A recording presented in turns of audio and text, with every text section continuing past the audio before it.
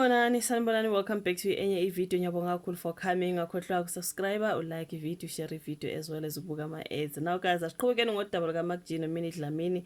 Ngathi lona lushuba luya phambili bafowethu. uMinnie siyakhumbula leya clip yakaMac G no Sol Phenduka bengathi they are inviting uMinnie Dlamini ukuthi angeza lapha on the podcast and chill. Mhlambe mina ngathi mhlambe bazoxolisa, kwakushiwo ukuthi baxolisile, but kuleya clip angizange ngizoxolisa, ngizwe ukum-invite. But ngithe mase ngithi ngiyafunda i-stories kaMinnie Dlamini that side uthi they apologized through their attorneys, which means not on that particular clip, through their attorneys baye baxolisa kuMinnie Dlamini ngalokho okwashiwo ke on that particular episode ye-podcast and chill, okwathiwa ke uMinnie akagcina amadoda ngoba mhlambe unephunga kuphi kuphi, you know what I mean, which was very very wrong bafethu. Kodwa kuthiwa usexolisile kuMac G via ama-lawyers wakhe. So kodwa kuMinnie benginesifiso sokuthi mhlambe uMinnie bengithandaza ukuthi aye at least bakhulumisane, azi ukuthi bathini and ababuza imbuzo, whatever is gonna happen there. Benginesifiso mina sokuthi aye kukhulunyiswane, you know what I mean. But it sounds like girl, she's gonna go the legal way, okay? Angathi ugirl uyovula icala, something like that. The lawsuit, Mac G, lawsuit.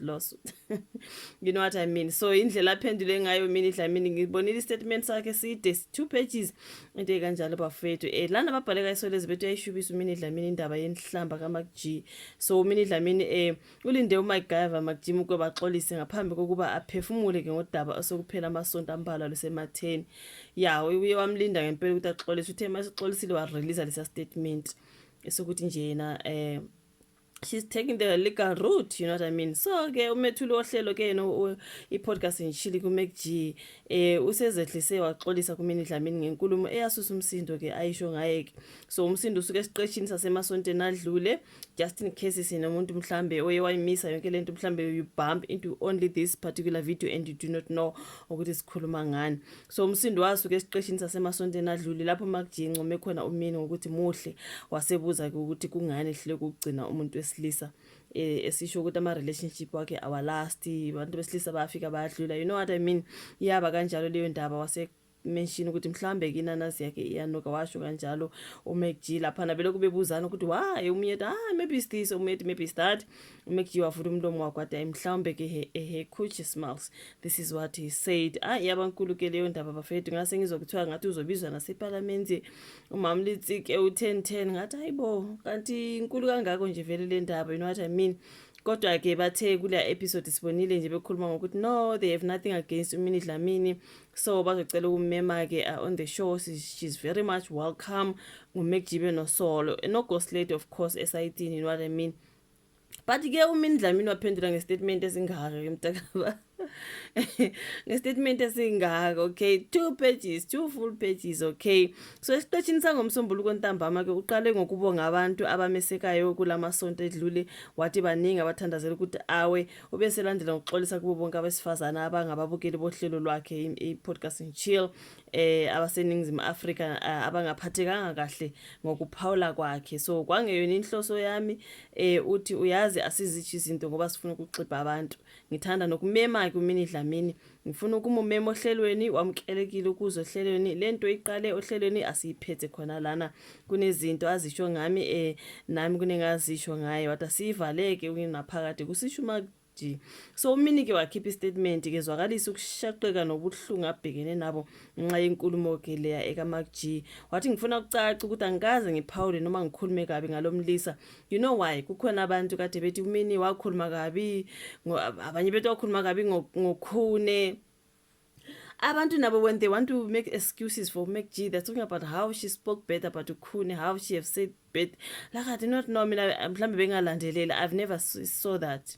When did she say anything bad about Ukhune? The fact that is she still playing kule clip usemdala mhlambe usadlala ibhola namanje, what have she said bad or nizama nje ekwenzela uMac G ama excuse angazi. Mina uMac G ngiyamthanda bafowethu, I'm a fan when it comes to podcast and chill, but kulokhu nje angizange ngime naye nakancane ngoba vele maku wrong, right? So umini wathi ngifuna ukucaca ukuthi angikaze ngiphawule noma ngikhulume kabi ngalomlisa engakwenza kwakukuvikela isithunzi nobuqotho bomunye wesifazane emazwini amabi amhlambalazayo. And I'm thinking, was it Amanda Dupont ngesikhathi sakhe sikaJubJub naleya ndaba eyatrenda? I think umini waphawula somewhere somehow if I didn't lie. Ngoba lana uthi engakwenza kwakukuvikela isithunzi nobuqotho bomunye wesifazane emazwini amabi amhlambalazayo. Kwafika uAmanda Dupont emqondweni wami, so I do not know. Many ke uthe abe podcast and chill with MacG baxolise kuyena ngokuxhumana nabameli babo kuxoliswa umonakalo sewudalekile futhi ususengcupheni yokulahlekelwa isithunzi. Ukuxolisa kusona isenzo esiphusile sokumema iqiniso. Ngizosifaka lapha istatement escreen samba futhi ngeke ngize ngisifunde iyoside kakhulu. Nginenkinga nje yamehlo ngakuthi sometimes ngiyangifunda into engeke ngabhaliwe because I think I need those special glasses for my eyes. Uthi ke uzoqhubeka nokuthathela ke lo methuli izinyathelo zomthetho, hayi njengomuntu odumile kuphela kodwa njengomama akumele azimele yena yedwa kodwa kumele amele nabo bonke abantu besifazane isithunzi sabo esidicileka phansi ngenxa ke yezinkundla zokuxhumana. Ngizonameka istatement lesi bafowethu ithi ngibone lapha ngaphansi ukuthi at the end of the day I'm a mother, a daughter and a sister. This entire episode has caused harm not only to me but to those closest to me, innocent people. That said, I will not allow this to pass without consequences because it is not just about my name, it's about protecting the dignity of women everywhere with love and resilience. Mini Dlamini ngisicupha nje laphana ngaphansi, the rest ngizosplace ku screen sami ufunduze ukuthi umini uyale wathini uke laphana ka podcast and chill wase release statement ukuthi engathi nje ama-lawyer wakhe abusy nga-something babusy basapheka, you know what I mean. So MacG but wami kukhona okuzayo ngalapho, you know. Umini Dlamini is going the legal way, she's taking the legal route. So obviously wow, ngata kuningi nje ngempela bafethu kuningi angazi. Thank you so much for watching le video. Usiyalike, usubscribe, ushare bese siyabonana kwesayo. Bye.